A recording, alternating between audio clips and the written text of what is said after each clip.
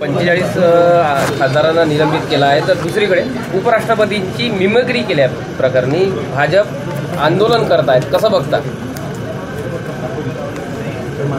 उलटा चोर कोतवाल को डाटे.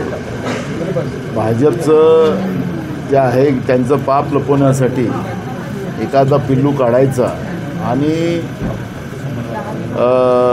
त्याचा इश्यू करायचा हे आजचं नाही, अनेक वर्षाचं कृत्य भाजपचं आपल्याला पाहायला मिळते आहे. पण ज्याप्रमाणे लोकशाहीच्या मार्गानं खासदार आपल्या जागेवर उभे राहून जनतेचे प्रश्न उपस्थित करत असताना तुम्ही त्याला निलंबित का करता, हा प्रश्न विचारला BJPला पाहिजे.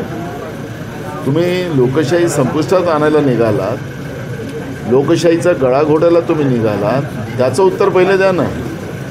तुम्ही तर साऱ्या दुनियाची मिमिक्री करतात. नरेंद्र मोदी काय करतात आहे, अमित शहा काय करतात आहे, त्यांचे भाजपचे नेते काय करतात आहे.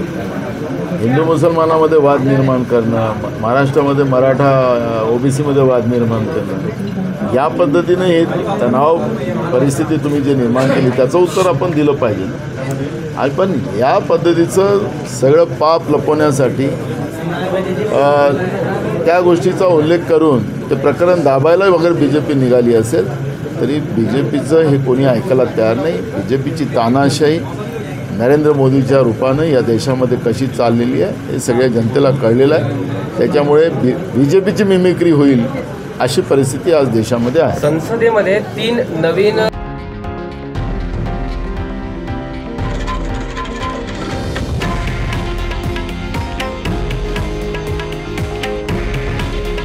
हे आहे देशातील नंबर 1 न्यूज नेटवर्क आणि आपण पाहत आहात TV9 मराठी. काळजी तुमची, हित महाराष्ट्राचं.